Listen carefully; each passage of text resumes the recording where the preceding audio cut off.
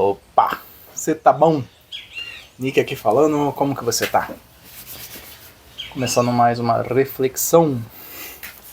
Quando você discute com alguém, você sempre tem que estar certo? Você já teve a oportunidade de discutir com algumas pessoas sobre algumas ideias, onde no início você acha que você está certo, mas ao longo do processo você descobre que você está errado? E quando isso acontece, qual é o seu posicionamento? Você assume que você estava errado ou você mantém o seu erro? Bom questionamento, né? Houveram momentos na minha vida que eu basicamente fazia isso. Eu, durante uma discussão que surgisse, pequena, algumas grandes, eu mantinha o erro. Eu permanecia com o erro. Porque existia algo de vaidoso dentro de mim de algum jeito, onde, sabe aquela percepção? Eu tenho que estar certo. Só que com o tempo eu fui observando que eu era o que mais perdia. Essa impressão de você sempre estar certo, de algum jeito, faz com que você não caminhe na verdade, lógico, né? Porque se você já percebeu e reconheceu que o que o outro está falando é verdade ao longo daquele diálogo, daquela discussão em si que esteja acontecendo, e você não assume, é porque você preferiu ficar ao lado da mentira. E aí vai dar certo? Se você acha que você está certo, mas você sabe que está errado, você acha que vai dar certo? Os caminhos são semelhantes, ou seja, você está indo em sentido aquilo que de algum jeito Deus espera de você? E entenda que eu sei que não é um processo fácil. Você assumir que você está errado. Para qualquer humano é difícil assumir que está errado. Mas é necessário. Porque a única forma de você observar os seus erros é quando eles aparecem e você os assume. E aí surge uma coisa dentro desse processo que é a humildade. De você entender que naquele processo de erro, você pode converter aquilo para um aprendizado. Aquilo se torna um ensino. Ou seja, surge um novo signo na sua cabeça, uma ressignificação de um signo. Você passa a ter um novo entendimento a partir de um conhecimento permitido pelo próprio Deus. E aí aquilo ali serve como se fosse uma nova...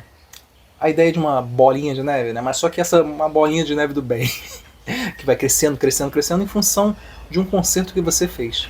Que você, na realidade, teve, através do seu livre-arbítrio, de conhecer aquilo que é bom e faz bem para você. Ainda que naquele momento lhe machuque. Então, quantas vezes já não aconteceram na minha existência, principalmente nos últimos anos, de ter que ressignificar diversas coisas. Tem alguns comentários que por vezes surgem aqui, até tem um que eu quero gravar em breve, que eu observo como algumas pessoas elas têm o mesmo trem de pensamento como eu também tinha. Mas algumas ainda permanecem com a mesma forma de fazer, compor seu imaginário, seus pensamentos, né? E elas não dão meio braço a torcer.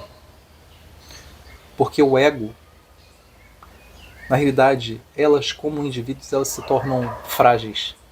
Imagina você ter que ressignificar um monte de coisa. Algumas bases de pensamento que a gente possui são extremamente complexas. Então, se você desmorona uma forma, um modelo de pensamento que você possui que era extremamente complexo, porque imagina, você constrói uma casa, mas se aquela base ela começa a ficar desalinhada, a casa toda ela evapora, ela cai. E é isso que acontece com diversos tipos de pensamento que as pessoas elas têm ao longo do tempo. E aí magoa, machuca. Eu sei porque eu já passei por isso. Então tem o processo de você ter que não reconstruir de imediato algo que você passa a conhecer a partir desse momento que você se coloca em humildade. Mas você vai ter que limpar. Você vai ter que limpar aquele embasamento, sabe? Você vai ter que tirar aquela quantidade de entulhos que caíram, desmoronaram. Mas eu acho que é interessante porque você acaba não mandando esses entulhos fora. Você acaba organizando eles em outro lugar para você saber, isso aqui me fez mal por causa disso, disso, disso. Eles acabam tendo uma conotação diferenciada. Você utiliza aqueles entulhos para outras construções, mas não a base que você tinha. Isso eu falo hoje para diversos tipos de percepção, principalmente sobre quem é Deus, o que é Deus. Como eu sempre falo aqui, essa minha forma de pensar, onde Jesus ele é o centro das explicações. Então, quando você também tem essa compreensão, muda muita coisa em relação ao que a gente aprendeu ao longo do tempo. E eu tenho muito assim, de alguma forma, né, um afeto por aqueles que têm interesse nisso. Porque Jesus ele fala que nós devemos amar o próximo como ele nos amou, e se para imaginar como que deve ter sido para ele trazer essa percepção de Deus, que é o Pai, para aqueles indivíduos naquela época. Porque se hoje é difícil, quanto mais naquela época. A questão é que eu acho que talvez os outros estivessem mais receptivos em função dos efeitos que Jesus de algum jeito promoveu, né? Os milagres em si que foram acontecendo naquela época. E ouvir o que ele deve ter falado da própria boca dele deve ter sido magnífico, né? Hoje a gente vive